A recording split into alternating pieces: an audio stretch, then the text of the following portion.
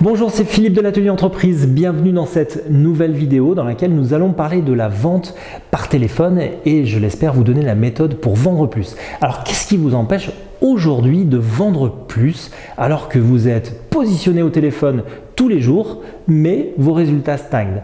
Une méthode facile que nous allons aborder ensemble. Restez jusqu'au bout parce qu'il y a un jeu intéressant à la fin pour tester vos qualités justement dans la prospection téléphonique. Avant cela, je vous propose de liker notre page sur Facebook ou de nous rejoindre sur notre chaîne YouTube L'Atelier Entreprise. Merci par avance. Nous vous enverrons des informations et des conseils assez régulièrement sur les sujets qui intéressent les entrepreneurs. Nous avons tous donc l'occasion d'utiliser le téléphone comme outil pour développer notre activité, que ce soit pour échanger avec nos clients ou traiter des deals avec nos prospects. Combien de fois n'avons-nous pas la sensation de savoir ce que va nous dire le client avant de terminer sa phrase? Nous avons tout naturellement envie de le couper et d'y répondre sans attente à sa question, alors que nous sommes peut-être dans l'interprétation et pouvons donc rencontrer des malentendus. Donc ça, c'est très important. Pour éviter ce résultat, je vous propose de voir ensemble comment ça fonctionne et comment améliorer notre écoute. En premier lieu, quels sont les filtres que nous utilisons? Le filtre écoute.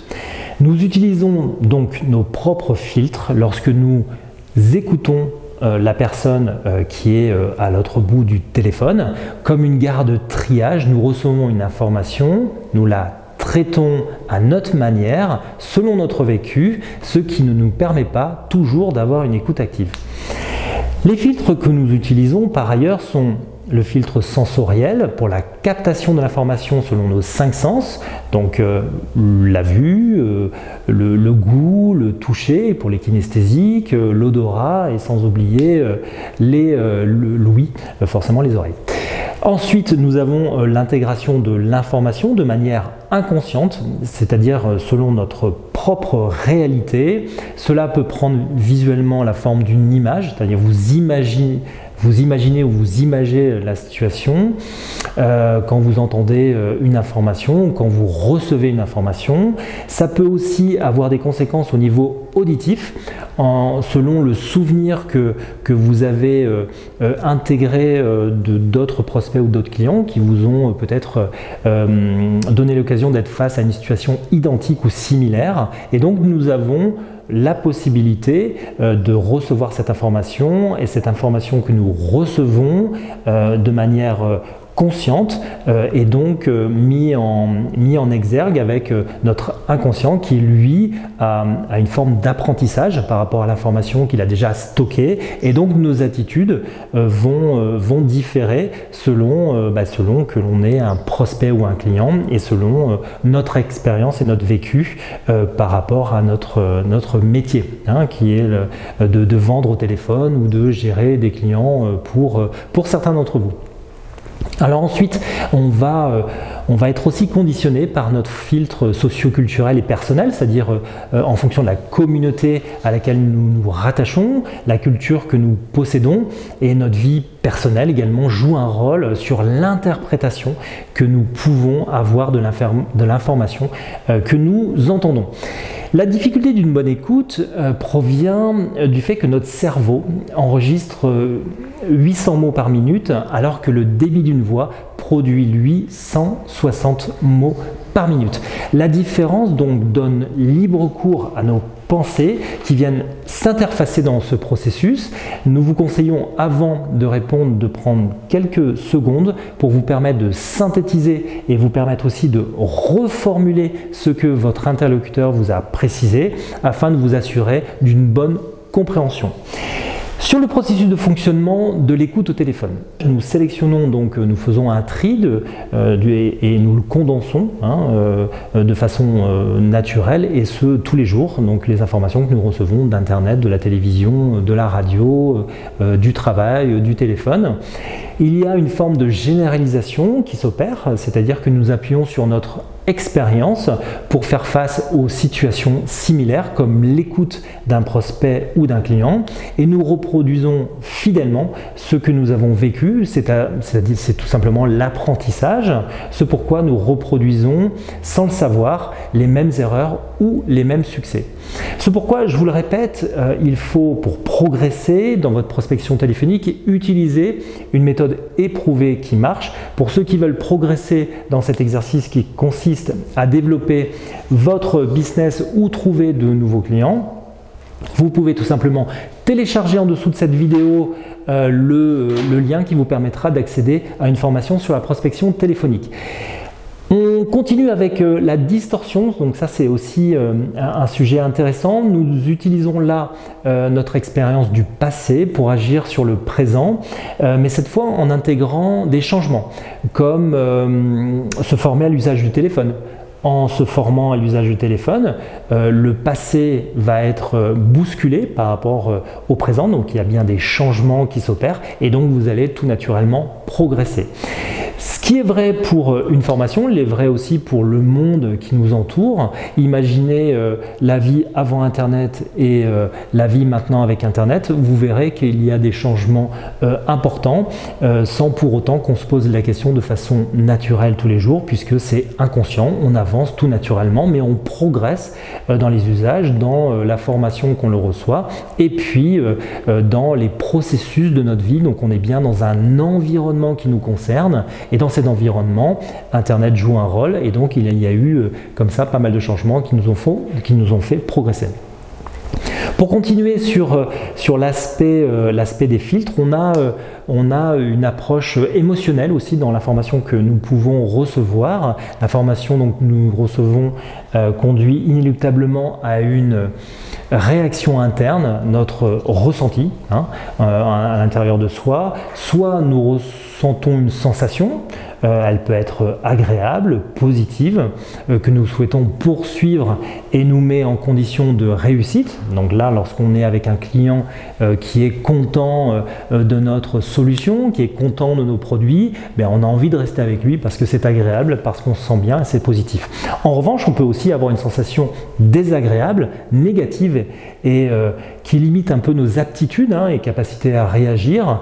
Donc, il faut savoir prendre du recul par rapport à cette situation et pas se laisser justement entraîner dans ses pensées, dans ses images négatives pour réussir à prendre l'information, la synthétiser et pouvoir derrière rebondir et agir de façon constructive et positive.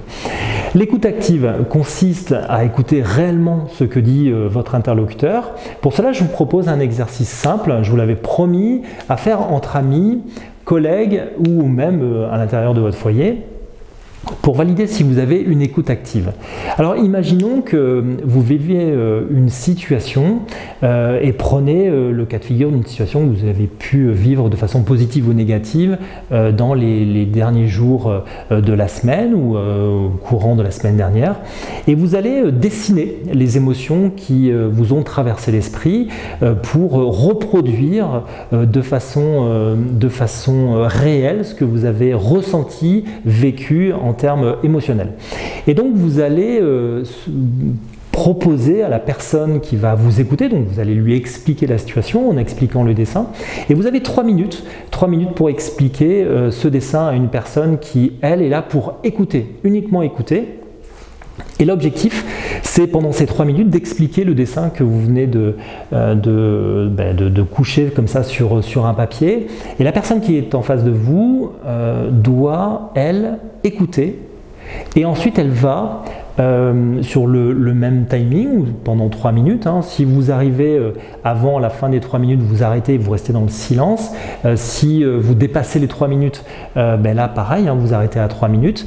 Et donc le jeu, c'est qu'il y a une personne qui adresse une information et une autre qui la reçoit. Et donc la personne, une fois qu'elle a reçu l'information, prend 1 minute pour synthétiser dans sa tête. Et donc on inverse les rôles et la personne qui a écouté en premier va donc parler et donc va dire et va exprimer ce qu'elle a reçu comme information. Là, c'est intéressant parce que du coup, la personne qui était la première à exposer le dessin, à décrire le dessin, va se mettre en situation d'écoute. et d'écoute notamment sur l'intégration de l'information par son collègue, son duo. Et donc il va restituer dans une troisième étape, toujours sur le même principe avec 3 minutes, vous arrêtez avant les 3 minutes dans le silence si vous avez terminé, vous arrêtez aux 3 minutes si vous allez au-delà. Et donc vous allez restituer l'information et vous verrez l'importance justement de tous ces filtres qui viennent polluer un peu l'écoute active et qui vont vous permettre de prendre conscience justement de la nécessité de travailler l'écoute ou de se concentrer lorsqu'on est en prospection téléphonique sur ce que dit l'interlocuteur. Et si vous n'y arrivez pas toujours, c'est pas très grave parce qu'il y a une solution, comme je vous l'ai dit en préambule, c'est la reformulation. À partir du moment où l'interlocuteur a terminé, vous reformulez en synthétisant l'information pour valider que vous avez bien compris ce que vous a indiqué votre interlocuteur. Et là, vous verrez, ça devrait fonctionner. Donc en résumé, pour bien travailler les règles d'or sur la prospection téléphonique et notamment l'écoute active, laissez votre interlocuteur parler sans l'interrompre, soyez attentif dès les premiers mots pour être focus, pour être concentré sur la diction de votre interlocuteur, sur l'information qu'il véhicule, et cela jusqu'au bout, sans l'interrompre. N'oubliez pas que l'intonation est importante dans la formulation, donc faites attention à votre intonation, restez concentré tout au long de l'information ou de la communication que vous avez avec votre interlocuteur. Vaut mieux diminuer le volume d'appel ou le volume d'argumentation que vous réalisez pour justement travailler de manière focus sur les argus que vous pouvez réaliser. Et vous allez voir qu'avec cet exercice d'écoute active, vous allez énormément progresser car vous allez vous concentrer sur votre interlocuteur, sur la personne que vous avez au téléphone, sur l'information qui vous remonte. Et rien que cela, votre interlocuteur va lui avoir cette sensation d'être écouté, cette sensation justement d'être bien pris en charge au sein de votre service client ou bien comme prospect pour devenir peut-être un futur client. Et donc vous mettez dans une position positive pour avancer sereinement dans la négociation.